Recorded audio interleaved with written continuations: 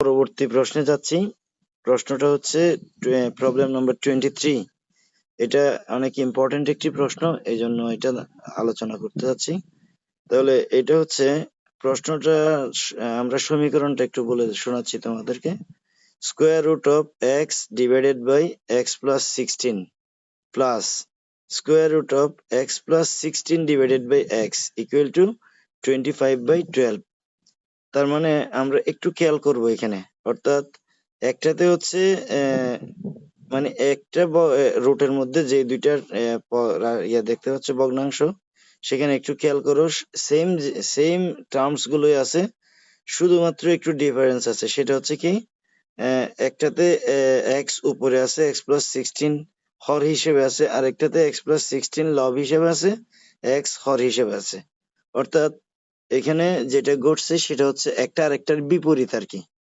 ঠিক আছে, তাহলে আমরা যেটা করব সেটা হচ্ছে square root of x divided by x plus 16 কে আমরা পি ধরে নিই, রুট সহ পি ধরে নিলাম। তাহলে প্রথমটার জায়গায় আমরা পি লিখতে পারবো, প্লাস যেহেতু আমরা দেখতে পাচ্ছি প্রথমটা যদি পি হয় এরপরটা তার বিপরীত, উল্টা। ঠিক আছে, তাহলে প্রথমটা পি হলে এরপরে স্কোয়ার রুটের মধ্যে এক্স প্লাস 16 বাই এক্স যেটা দেখতে পাচ্ছ এটাকে আমরা 1/p লিখতে পারি, মানে একটা আর একটার বিপরীত যে, সেজন্য। তাহলে আমি প্রথমটাকে পি ধরলাম, তাহলে সেই হিসেবে পরেরটা হবে 1/p। That means P plus 1/p equal to 25/12। এবার আমরা পি লসাগু নিলাম, পি লসাগু নিলে পি পি গুণ হয়ে যাবে, অর্থাৎ P square plus 1 equal to 25/12। তারপরে পি স্কোয়ার প্লাস 1 এর সাথে 12 গুণ হয়ে যাবে, আর পি এর সাথে গুণ হবে 25, আরো গুণন আর কি। তাহলে আমরা গুণ করে দিলে 12p square plus 12 equal two 25p। এরপরে আমরা পক্ষান্তর করে দিলাম 25p কে, তাহলে পাবো হচ্ছে 12p square minus 25p plus 12 equal to 0। এটাও যেহেতু x square plus bx plus c equal to 0 আকারের সমীকরণ, সেজন্য আমরা লিখতে পারবো পি ইকুয়াল টু, যেহেতু আমার এখানে চলক হচ্ছে পি, সেজন্য পি ইকুয়াল টু আমরা লিখতে পারবো ওই একই সূত্র, minus b plus minus square root of b square minus 4ac divided by 2a। আমাদের এখানে এ হচ্ছে 12, বি হচ্ছে -25 এবং সি হচ্ছে 12। ঠিক আছে, তাহলে আমরা মান বসাই দিলে কি পাচ্ছি, p equal to -25 plus minus square root of -25 whole square minus 4 into 12 into 12 divided by 2 into 12। তাহলে এটা মাইনাসে মাইনাসে প্লাস হয়ে 25 পেলাম, প্লাস -25 কে -25 কে স্কোয়ার করলে হবে 625, যেহেতু স্কোয়ার সেজন্য মাইনাসটা প্লাস হয়ে গেছে। এরপরে -4 12 12 এগুলো গুণ করলে হচ্ছে 576, আর নিচে হবে হচ্ছে 24। তাহলে 25 প্লাস মাইনাস 625 থেকে 576 বিয়োগ করলে হচ্ছে 49। 49 এর বর্গমূল আমরা জানি সেটা হচ্ছে 7। তাহলে আমরা লিখতে পারি 25 প্লাস মাইনাস 7 ডিভাইডেড বাই 24। ঠিক আছে, তাহলে এইখানে আমরা এবার প্লাস চিহ্নওয়ালা মানে ধনাত্মক চিহ্নটা নিলে আমরা একটা মান পাবো, সেটা হচ্ছে পি ইকুয়াল টু 25 প্লাস 7/24। তাহলে 25 এর সাথে 7 যোগ করলে 32 ডিভাইডেড বাই 24। তো আমরা দুইটাকেই 32 কেও 8 দিয়ে ভাগ করা যায়, 24 কেও 8 দিয়ে ভাগ করা যায়। তাহলে আমরা লিখতে পারবো পি ইকুয়াল টু 4/3। এখন আমাদের তো প্রশ্নে পি দেওয়া ছিল না, এটা আমরা ধরে নিয়েছিলাম হিসেবে সুবিধার জন্য। এখন আমরা আবার অ্যাকচুয়াল যেটা ছিল ওইটাতে ফিরে যাই, অর্থাৎ পি এর স্থলে আমরা square root of x divided by x plus 16 বসাই দিচ্ছি। ঠিক আছে, তো বসাই দেওয়ার পরে এবার এরপরে কি করছি, আমরা উভয় পক্ষকে বর্গ করে দিছি। বর্গ করলে যেটা আসবে সেটা হচ্ছে কি, বাম পাশে স্কোয়ার রুট কাটা যাবে, অর্থাৎ x divided by x plus 16 থাকবে, আর ডান পাশে হচ্ছে 4 এর বর্গ 16 এবং 3 এর বর্গ হচ্ছে 9। ঠিক আছে, তাহলে এরপরে আমরা লিখতে পারি 16x plus 256 equal to 9x, অর্থাৎ ক্রস মাল্টিপ্লাই করছি আর কি। তারপরে আমরা এক্স ওয়ালা যে দুইটা টার্মস আছে, এক্স কে আমি বাম পাশে নিয়ে আসছি। 16x ওই 9x এটা বাম পাশে ছিল, এটাকে পক্ষান্তর করলে -9x হয়ে আসছে। আর 256 এটা বাম পাশে প্লাস ছিল, ডান পাশে পক্ষান্তর করাতে এটা -256 হলো। তো 16x থেকে 9x মাইনাস করলে হচ্ছে 7, তাহলে 7x ইকুয়াল টু -256, সুতরাং x ইকুয়াল টু হবে -256 ডিভাইডেড বাই 7। ঠিক আছে, একইভাবে আমরা পি এর আরেকটা মান এটাও নির্ণয় করতে পারি ঋণাত্মক চিহ্ন নিয়ে। তাহলে লিখতে পারবো p equal to 25 minus 7 divided by 24। 25 থেকে 7 মাইনাস করলে হচ্ছে 18, নিচে 24 হবে। এবার আমরা হর এবং লব দুইটাকে 6 দিয়ে ভাগ করতে পারি, তাহলে ভাগ করলে হচ্ছে লবে থাকবে 18কে 6 দিয়ে ভাগ করলে 3, 24কে 6 দিয়ে ভাগ করলে 4, তাহলে 3/4। একই রকম করে আমরা পি এর মান বসাই দিলাম, বসাই দিয়ে বর্গ করলাম, ক্রস মাল্টিপ্লাই করলাম, তারপরে পক্ষান্তর করে আমরা এক্স এর মানটা পেতে পারি। তাহলে আমরা এক্স এর দুইটা মান পাচ্ছি, একটা হচ্ছে -256/7 আর একটা হচ্ছে 144 ডিভাইডেড বাই 7। এই দুইটাই হচ্ছে আমাদের এক্স এর মান, অর্থাৎ এই সমীকরণের মূল। এখন প্রবলেম নাম্বার 26 নিয়ে আলোচনা করব আমরা। প্রবলেম নাম্বার 26 যেটা দেখতে পাচ্ছ, এটা কিন্তু সূচকীয় সমীকরণ।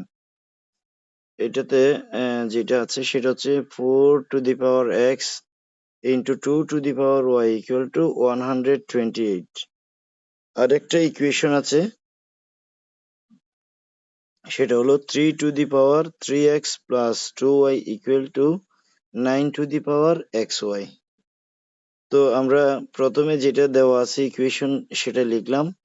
সূচকের বেলায় একটা সূচক এবং লগারিদমের বেলায় আমাদেরকে একটা কথা খেয়াল রাখতে হয়, সেটা হচ্ছে যে সংখ্যাগুলোকে ছোট করে লেখা যাবে, অর্থাৎ উৎপাদকে মৌলিক গুণনীয়ক বের করতে হবে আর কি। যে সংখ্যাগুলো থাকবে সেগুলোকে আমরা মৌলিক গুণনীয়কের মাধ্যমে লেখার চেষ্টা করব।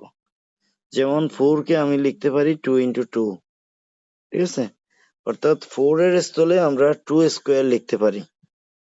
হ্যাঁ, তাহলে 4 এর স্থলে যদি আমরা 2 স্কোয়ার লিখি, তারপরে সেটার পাওয়ার হবে হচ্ছে আবার এক্স, ভিতরে ব্র্যাকেটের ভিতরে একটা পাওয়ার, বাইরে আর একটা পাওয়ার হলে পাওয়ারের সাথে পাওয়ার গুণ হয়।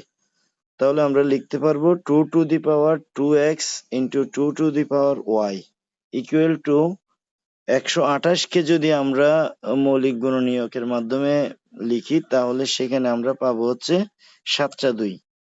ঠিক আছে, অর্থাৎ 7টা 2 কে গুণ করলে 128 হবে। ওই জন্য আমরা 128 এর জায়গায় 2 টু দি পাওয়ার 7 লিখলাম। তারপরে বাম পাশে একটার সাথে একটা গুণ আকার আছে এবং বৃত্তি একই রকম। তাহলে এই ক্ষেত্রে যদি a two the power m into a two the power n সমান আমরা লিখতে পারি a two the power m plus n, অর্থাৎ এই ক্ষেত্রে বৃত্তি একই রকম থাকলে গুণের বেলায় পাওয়ার যোগ হবে। তাহলে 2 to the power 2x plus y equal to লেখা যাবে 2 টু দি পাওয়ার 7। এখন দুই পাশেই যেহেতু বেজ একই, হ্যাঁ, তাহলে আমরা লিখতে পারবো 2x plus y equal to 7। এটা হলো আমাদের 1 নাম্বার সমীকরণ। এটাও একটা ফর্মুলা। এখানে আমরা তাহলে দুইটা ফর্মুলা প্রয়োগ করছি, তিনটা প্রয়োগ করছি। একটা হলো পাওয়ারের সাথে পাওয়ার, একটা ব্র্যাকেটের ভেতরে একটা পাওয়ার, বাইরে একটা পাওয়ার হলে পাওয়ারে গুণ হবে।